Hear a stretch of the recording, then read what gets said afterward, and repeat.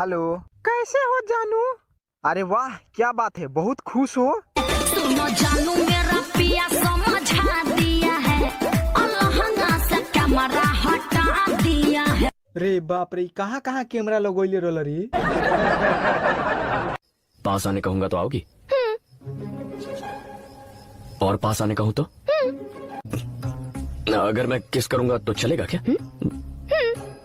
आई बाप, पीछे जा पीछे, जंगला में केदू देखो था।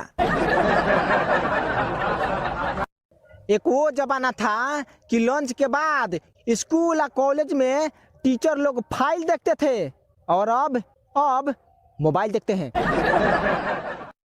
ए भाई, चला माई खाए के बोला बतिया। ते जो खा ले, हमरा भूख नहीं लागल। काहे? तनी कइला के बाद हम भुजा पकौड़ी खा लेनी है। अच्छा, फुआ हमें बरा ना खाए। ना खाबे, अब बाद में आ तो जीभ खींच ले हम। हेलो, काहे रोतर हो काजल? का भइल बा, बोला ना।